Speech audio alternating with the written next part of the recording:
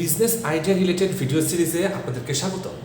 এখন বলতে যাচ্ছি যে বিজনেস আইডিয়ার সোর্স কোথায়, বা বিজনেস আইডিয়া বা ব্যবসার আইডিয়া কোথা থেকে পাওয়া যায় বা কোথায় পাওয়া যায়। কিছু গবেষণা করে বের করেছি যে বাস্তব জীবনে কেউ যদি উদ্যোক্তা হতে চায় বা কেউ যদি নতুন কিছু শুরু করতে চায় তাহলে সে কোথা থেকে আইডিয়া পেতে পারে, এরকম 5টা পয়েন্ট। নাম্বার 1 যদি বলি, সেটা হচ্ছে সূক্ষ্ম চিন্তা ভাবনা এবং কঠিন পর্যবেক্ষণ শক্তির মাধ্যমে পাওয়া যায়। মানে আপনি যদি আপনার চারপাশটা খুব সুন্দর করে পর্যবেক্ষণ করতে পারেন এবং আপনার ব্রেন যদি খুব শার্প হয়, কোনো কিছুর কজ অ্যান্ড ইফেক্ট অ্যানালিসিস করতে পারেন যে এইদিকে ভিড় হচ্ছে কেন হচ্ছে, এই প্রোডাক্টের চাহিদা বাড়ছে কেন বাড়ছে, মানুষ এখন কী নিয়ে কথা বলছে, মানুষ এখন এই যে ওয়েব সিরিজ নিয়ে এত বেশি কথা বলে, সিনেমা হলে সিনেমা দেখতে কমফোর্ট ফিল করে মানুষ কম, তারপর হচ্ছে মানুষ এখন বাইরে খেলাধুলার চেয়ে ঘরে বসে খেলাধুলা করতে পছন্দ করে। দেখেন, এর মাধ্যমে দুটো বিজনেস আইডিয়া চলে আসছে। যেমন ঘরে বসে খেলাধুলা মানে কি, গেম বা কোনো ইন্টারেস্টিং কোনো অ্যাপ তৈরি করার একটা বিজনেস হতে পারে। তারপর হচ্ছে ওয়েব সিরিজ বা শর্ট ফিল্মের মাধ্যমে ওয়াইডার অডিয়েন্সের কাছে আপনি নিজেকে পৌঁছে যাওয়ার একটা উপায় বের করতে পারেন। তো এইটা হচ্ছে কথা যে পর্যবেক্ষণ শক্তি, অবজারভেশন পাওয়ার, এটা হচ্ছে নাম্বার 1। এটার মাধ্যমে আপনি খুঁজতে পারবেন, বুঝতে পারবেন যে বর্তমানে কোথায় কোথায় বিজনেস করার সুযোগ আছে।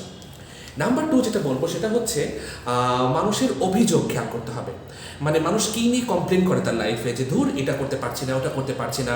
যেমন একটা সময় ছিল যে বিদেশে যেতে চায়, লেখাপড়া করতে চায়, কিন্তু বাইরে সব পেপার প্রসেসিংয়ের জিনিসগুলো সে তার জানা ছিল না, কিভাবে করবে সে জানতো না। তো এটার জন্য দেখা যাচ্ছে যে অনেক visa processing agency, consulting agency অনেকগুলো আসছে এবং তারা বেশ ভালো বিজনেস করছে, কারণ তারা মানুষের এই নিডটাকে ফুলফিল করে কাজ করতে পারছে। সো যে যাবে বিদেশে, যে জানে না, সে তার প্রয়োজন ফুলফিল করতে পারছে, এবং যারা তার পেপার প্রসেস করে তাকে বাইরে পাঠাচ্ছে, এই প্রয়োজন ফুলফিলের মাধ্যমে সেও ইনকাম করতে পারছে।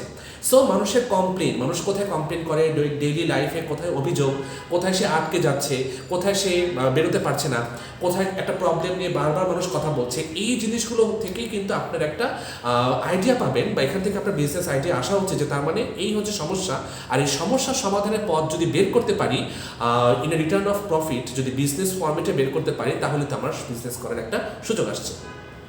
নাম্বার 3 যেটা বলবো সেটা হচ্ছে যে নবীন উদ্যোক্তা, স্থানীয় উদ্যোক্তাদের জীবনীগুলো পড়তে বা তাদের গল্পগুলো পড়তে। কারণ আপনি যে এলাকায় থাকেন সেই এলাকায় বা আপনার আশেপাশে যারা উদ্যোক্তা হয়েছে তাদের নিয়ে যখন ফিচার আসবে, তাদের নিয়ে যখন কোনো নিউজ হবে, কোনো ইন্টারভিউ হবে, সেগুলো ভালো করে পড়বেন। এই নবীন উদ্যোক্তাদের ইন্টারভিউ পড়লে, দেখলে যেটা হবে, আপনি বুঝতে পারবেন যে আরে আমিও তো এই এলাকায় থাকি, আমিও তো সেম লেভেলে এডুকেশন আছে আমার, কিন্তু আমি তো কখনো এভাবে ভাবিনি। যেভাবে একটা আইডিয়া নিয়ে দাঁড় করিয়ে দিয়ে দেখাই দিল সবাইকে, আমি তো এভাবে কখনো ভাবিনি। নবীন উদ্যোক্তাদের প্রচুর কাহিনী পাওয়া যায় ডেইলি নিউজ পেপারে, soft copy, hard copy, online ভার্সনে, সব জায়গাতে। অবশ্যই খুঁজে দেখবেন।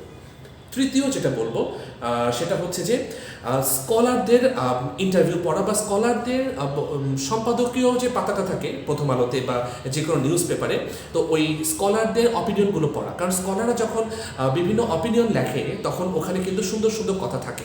তো ওই কথাগুলো দেখলেও কিন্তু আইডিয়া আসে যে মানুষ কীভাবে একটা ব্যাপার চিন্তা ভাবনা করছে, কী কী আইডিয়া দিচ্ছে। কারণ স্কলাররা যখন লিখে, কোনো কলামিস্ট যখন সে ডেইলি কোনো কলাম লিখে, সে কিন্তু একটা সোসাইটি, একটা সমাজ ব্যবস্থা, মানুষজন, জীবনযাত্রা এসব নিয়ে লিখে। এসবের মধ্যে কিন্তু আপনার যে পর্যবেক্ষণ শক্তি দিয়ে আপনি এখান থেকে ক্লু খুঁজে পাবেন যে কীভাবে আপনি কাজ করতে পারবেন। এরপরে বলবো সেটা হচ্ছে যে দেশি বিদেশি বিভিন্ন ব্লগ, আর্টিকেল, ইউটিউব চ্যানেল দেখবেন। যেমন একটা জিনিসতে সার্চ করবেন, সেটা হচ্ছে যে 20 প্রফিটেবল বিজনেস প্ল্যান, বা 20 প্রফিটেবল বিজনেস আইডিয়াস, বা বিজনেস আইডিয়াস ফর বিগিনার্স, বা স্মল বিজনেস আইডিয়াস, এই ধরনের সার্চ করবেন। আবার বলি, স্মল বিজনেস আইডিয়াস 20 বা top 10 business ideas for beginners, এই ধরনের টাইটেল দিয়ে সার্চ করবেন গুগলে, ইউটিউবে, সব জায়গাতে। তাহলে দেখবেন প্রচুর আর্টিকেল আসছে, প্রচুর ভিডিও আসছে, প্রচুর অ্যানালিসিস, এই নিয়ে অনেক কাজ আছে। আপনার দেশে না হলেও কিন্তু আপনারা এগুলো দেখতে দেখতে আইডিয়া পাবেন, আচ্ছা ওই দেশে ওভাবে এটা করেছে, তাহলে তো আমিও এটা করতে পারি। প্রচুর এই নিয়ে কিন্তু ভিডিও আসছে এবং বেশ ভালো ভালো চ্যানেল আছে। আমি ডেসক্রিপশন বক্সে আমার প্রিয় একটা চ্যানেলের লিঙ্ক দিয়ে দেবো, ওখানে গেলেও আপনারা দেখতে পাবেন।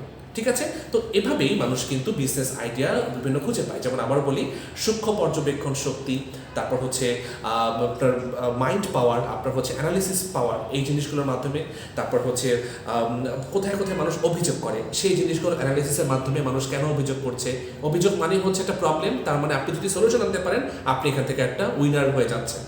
তারপরে হচ্ছে নবীন উদ্যোক্তা, স্থানীয় উদ্যোক্তাদের ইন্টারভিউগুলো পড়তে, তাদের অবজার্ভ করতে। তারপরে বলবো হচ্ছে যে ওই স্কলারদের রাইটিংগুলো পড়তে, কারণ তারা একটা প্রেজেন্ট সময় নিয়ে লেখে, এখানে অনেক ক্লু পাওয়া যায়। আর তারপরে বলবো যে বিভিন্ন বিষয় নিয়ে কিওয়ার্ড দিয়ে সার্চ করতে, যেমন 20 বিজনেস আইডিয়াস ফর বিগিনার্স, তারপর হচ্ছে স্মল বিজনেস আইডিয়াস, এইগুলো দিয়ে আপনি ইউটিউবে গুগলে সার্চ করেও কিন্তু অনেক আইডিয়া পেয়ে যাবেন।